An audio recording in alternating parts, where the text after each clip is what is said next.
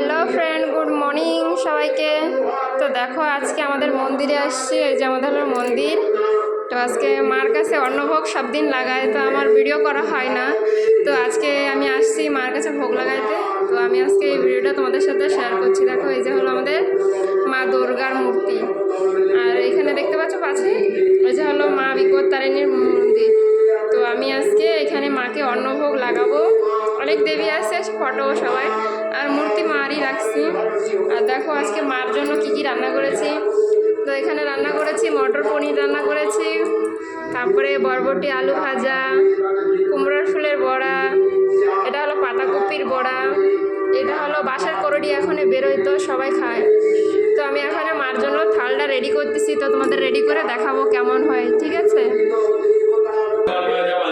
Hello friend, তো আমার finally লুকটা দেখতে পাচ্ছ, মাকে খুব রেডি করা হয়ে গেছে। তো আমি অন্নভোগটাও রেডি করেছি।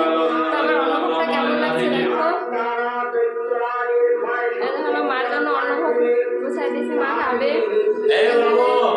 মা বিপত্তারিণীর জন্য দিচ্ছি, সবাই মিশে খাবে নবমাতা। এই যে আমার হাজবেন্ড যে পূজা করে, আমি খালি রান্না করেই দিই। এই যে আমার ছেলে দেখো উঠে গেছে, খুবই কান্না করছে। ঘুমের থেকে উঠে ও কান্না করবে, ওর কিছু কাম নাই, ঠিক আছে?